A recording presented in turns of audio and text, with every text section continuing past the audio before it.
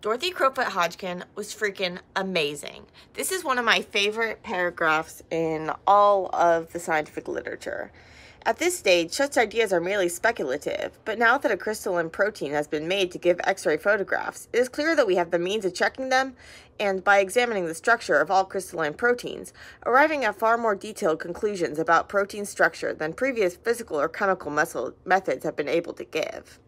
So this was how they ended an article published in 1934, X-ray photographs of crystalline pepsin.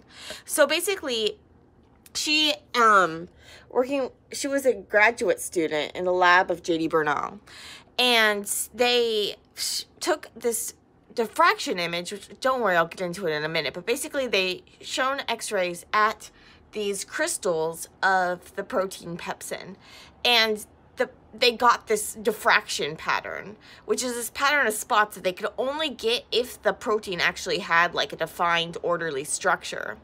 And so some people at this point had thought like proteins were just blobs. And this this pattern helped show that just the idea that you could actually have diffraction meant that the protein was actually structured. And so they couldn't figure out the structure of it yet. At that time, they didn't have any of the tools that they would need. But it gave the sense that it was possible. And so she wanted to solve the first protein structure. That would be myoglobin by Fritz. But she decided she wanted to solve the structure of insulin. So you might know of insulin as the hormone that is helps control like blood sugar levels, and people with diabetes have problems either making or using it. And so she wanted to figure out its structure. And so in 1935, she was able to take diffraction images of crystalline insulin. Okay, and there was no way that she was going to be able to solve the structure from this at this time, but she was able to get information about its size and that sort of thing. And it showed her that it was possible, that she could get this structure, and she really wanted to solve the structure, but the technology just wasn't there. She was so excited, in fact, that it wasn't a salt crystal, that she actually like went back. She like panicked herself at the night that oh my god, was it a salt crystal? But it wasn't. It was insulin. But she couldn't solve the structure of it at this time. But she didn't give up. And so here in 1969, you can see the structure of 2-zinc insulin crystal. And so this is actually like a structure that she built like in models. And really, like, so you can see it. And so this becomes like these beautiful like 3D structures that are the things that you see today, and that make it possible for like long-lasting and more stable forms of insulin to be used based on their structure. And that's not the only structure she solved. Like that Nobel Prize she got was for vitamin B12. And that was at the time the most complex organic molecule. And that wasn't even like her first structure or anything. I mean, well, obviously it wasn't her first structure, but well, I guess not obviously, but another amazing structure that was super, super important was penicillin. So during the war, there was these arguments about the structure of penicillin, and she's like, I'll show you what the structure of penicillin is, and she did. And it's really amazing because then it helped people understand how penicillin actually acts, and it also gave a way to help like synthesize penicillin, to make lots of it. Because they now knew what it looked like at the chemical level. And so I want to tell you more about Hodgkin and all of this stuff. Oh, and like her as a person too. So she won like the Soviet Union's version of the Nobel Peace Prize. She was like an anti-nuclear war advocate. She really paved the way for other female scientists, working closely and mentoring some of them, like Barbara Lowe. She was a student in her lab that she did the penicillin work with. And so all of this is like she's just so cool, and I want more people to know about her. And so I've done a post on her a while back, and I thought I'd just do a little video to walk you through some of the work she did and why it's just so incredibly amazing and why we owe so much to her. So sorry in advance that this is kind of like a spur of the moment post, so it's not very organized. And basically, so here's the, if you want like a good written version, I made this post like last January, and it's really thorough and detailed, and I'm just going to be using it as kind of notes and walking you through some of the various pictures. Let's start with X-ray crystallography and why it's super, super duper important. Okay, so proteins are made up of chains of amino acids, these protein letters, and then they fold up to give you these nice, pretty shapes. But X-ray crystallography is one of the main ways we know that they have these nice, pretty shapes. So all of these like helices and these pleated sheets, like we're seeing these because of X-ray crystal structures. And the reason we can do that is because of Dorothy Crowfoot Hodgkin and the techniques that she developed. So basically, the idea with X-ray crystallography is that the protein, you get it to crystallize. So basically you get all the copies of the protein. You get a bunch of copies of the protein. So it's just like a protein in solution. And then you get it to crystallize, which means that the copies of the protein have to like freeze in the exact same position in this like orderly lattice. So it's kind of like a brick wall, but the bricks don't have to be brick shape.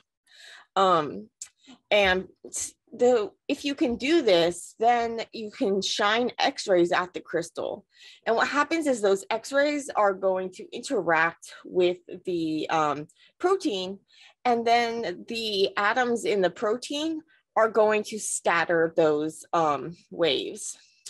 And so then you get what's called wave interference. So the X-ray is a wave, and then when it hits the electron, so the negatively charged subatomic particles within those atoms, those electrons are going to interact with those X-rays, and they're going to scatter those. And then those scattered waves are going to interact with one another. And when they do this, you get this kind of like bigger overall wave that's going at a detector.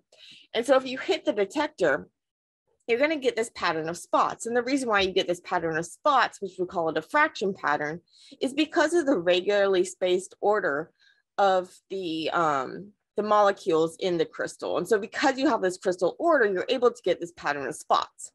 Then when you get that pattern of spots, you can work backwards from that pattern of spots to get an electron density map showing the position of the electrons. And remember, the electrons are part of the atom. So in an atom, you have protons and neutrons. So that's like kind of like the center of the atom, but then around it, you have all these electrons, and this is what's interacting. So you can go backwards from this pattern of spots to get this electron density map that you can then build your atomic model into it. So those like pretty lines and sticks and stuff. But in order to go from this pattern of spots to this density map, there wasn't technology to do that. And so Dorothy Crowfoot Hodgkin really pioneered the technology to do this for complex molecules. So there are ways that you can do things like with smaller, like simpler molecules. And so a lot of her early work in crystallography was with like simpler, like inorganic molecules. So not like the carbon, hydrogen based ones that we deal with mostly in biochemistry.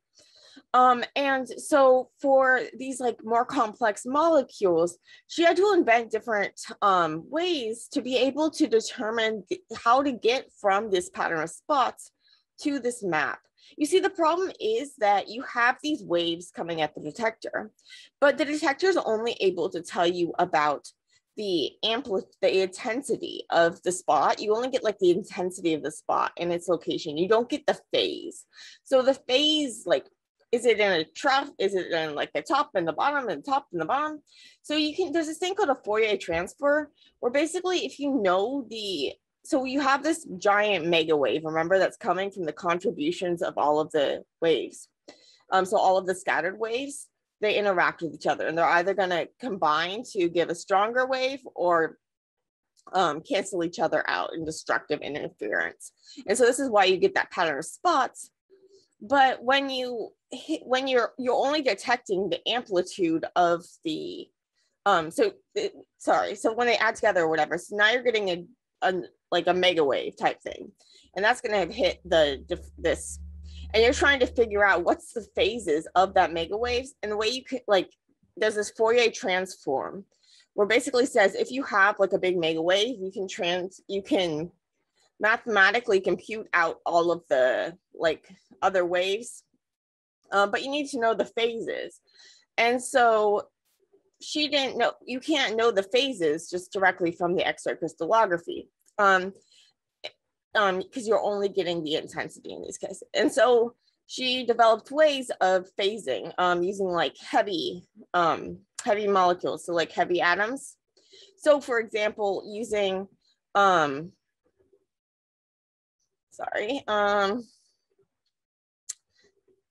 because it's the electrons that are actually doing the scattering, if you put in like a heavier atom, if you can replace something that has fewer electrons with things that have more electrons, then that's going to give a different signal in the X-ray diffraction pattern. So say if you replace zinc with lead or sulfur with selenium, those are going to, because those elements have more electrons, they're going to scatter more. And so you're going to get kind of like you're going to get stronger signal for those. And you can compare the version that does and doesn't have them. And it's kind of can act as a sort of, you can think of it as like kind of putting a pin in the map. And then you can help see whether it is. So this is like, this phasing method was a big part of why Hodgkin won the Nobel Prize. And she won the Nobel Prize for her work on vitamin B12. But that wasn't the only structure that she solved. So she also solved the structures, as I had mentioned, of penicillin and insulin. And so just a little more detail on all of those. Let's just go back and start with a little more detail on her really quick. Okay, so she was actually born in Cairo, Egypt, and her dad was worked with the education department, and so she was raised in part in like Egypt and went to school and stuff in England.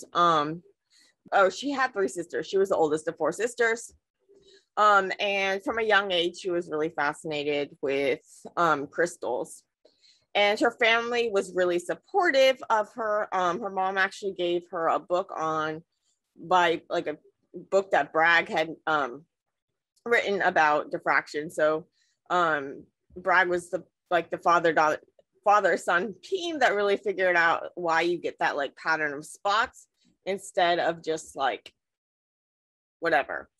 And so it's this whole idea of like Bragg diffraction. So you get Bragg planes and stuff, if you know those terms. If not, don't worry about them. But yeah, so then she attended this school in England where she and her friend Nora were the only 2 girls in the chemistry class. And they had to petition to take that instead of domestic science. But in their chemistry class, one of the first experiments that they did was actually crystallization. And then from like the age of 16, she's like, I want to be a crystallographer, because she got really excited that you could like see molecules, and she really wanted to see molecules. And so in 1928, so when she was 18, she enrolled in Oxford, and she and then she did her PhD at Cambridge under supervision of J.D. Bernal, and so there she was actually did her first like crystallography work, and she was working on solving the structure of sterols, so like steroids, like cholesterol and that sort of thing. She got patterns of over 100 steroids.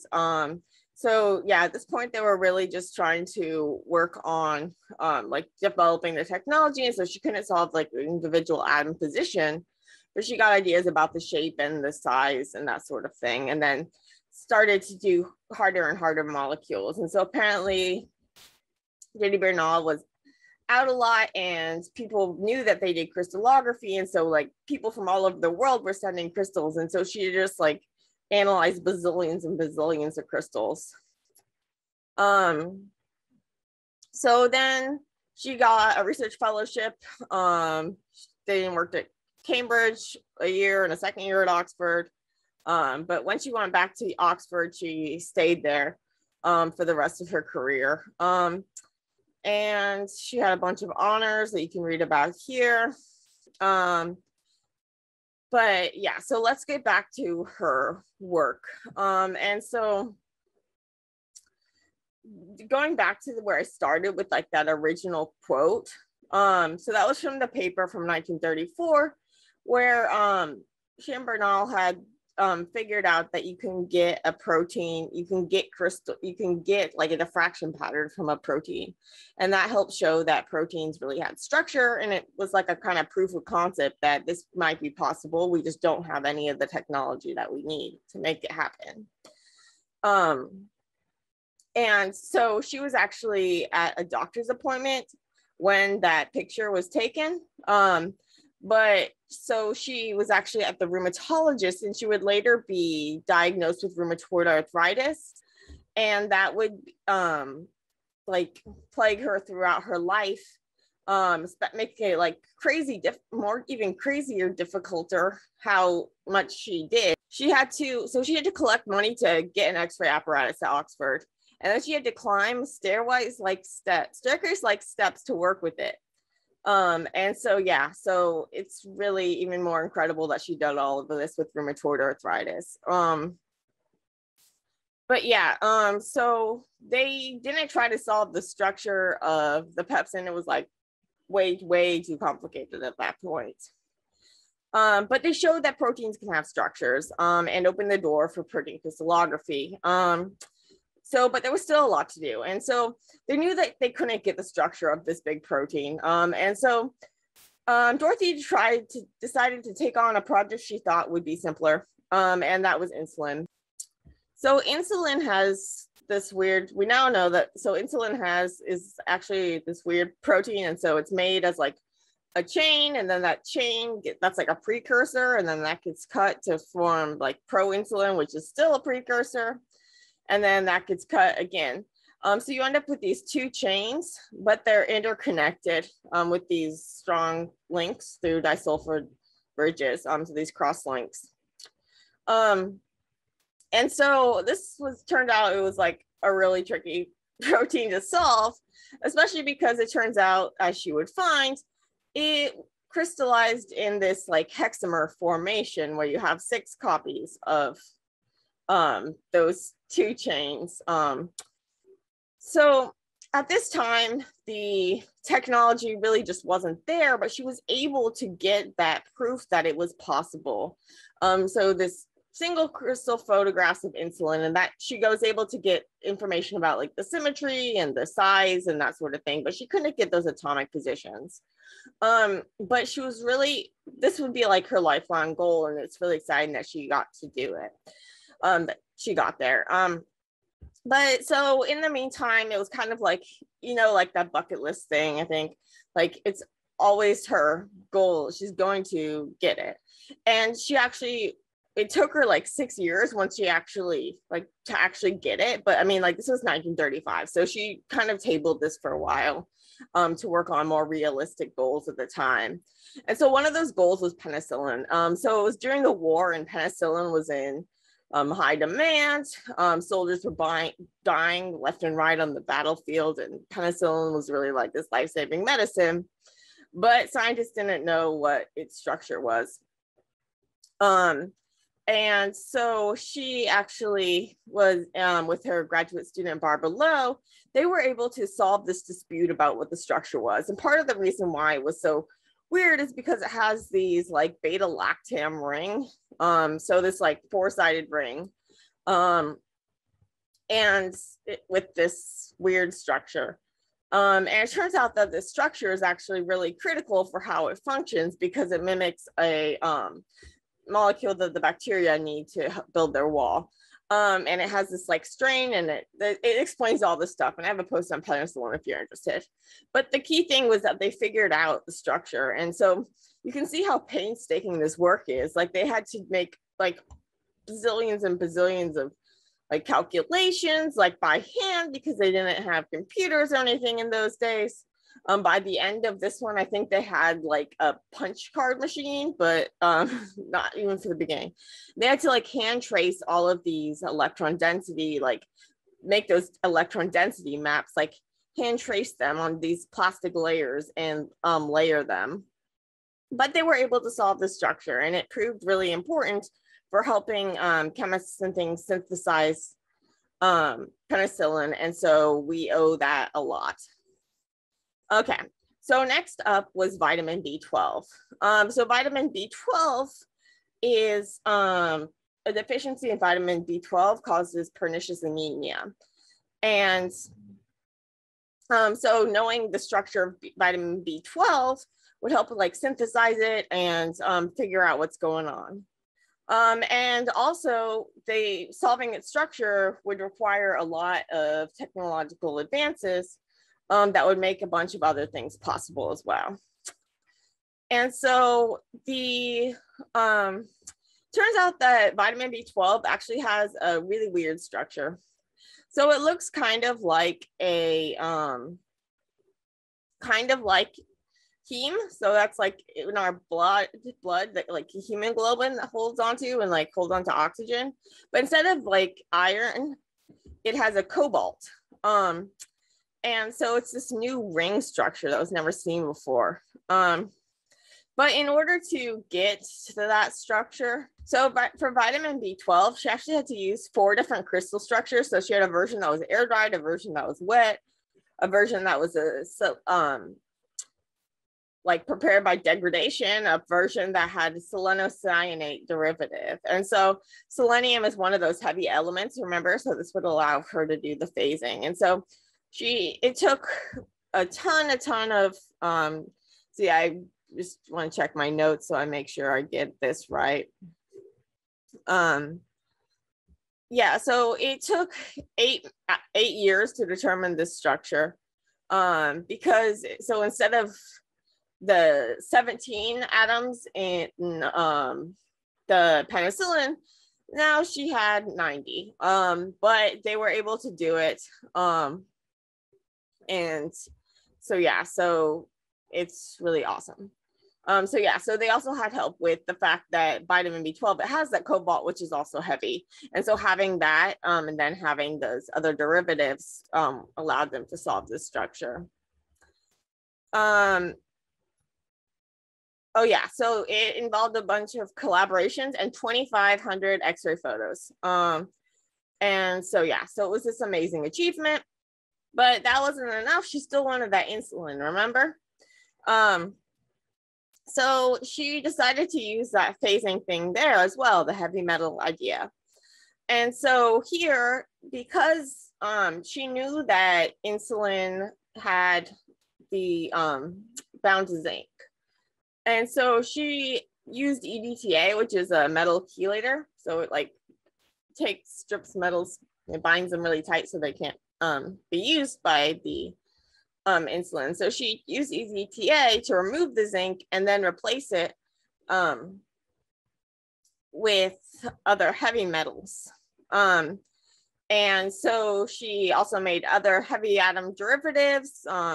So there was zinc, lead, uranium, and mercury. And so then she was able to report the structure of zinc, of insulin. So this is the porcine, so the pig version of insulin, which is almost identical to human. But you can see the structure, you can see the dimerization, and then how at the center of it, you have the zinc molecule. And so this is, and showing how the zinc holds it. And yeah, so it's this really important structure, but this is actually isn't the, like, she would keep working on it to make it even better. It involved a number of collaborations. and to get the structure to higher resolution. So with resolution, that refers to like how close together things can be, well, you can still tell them apart.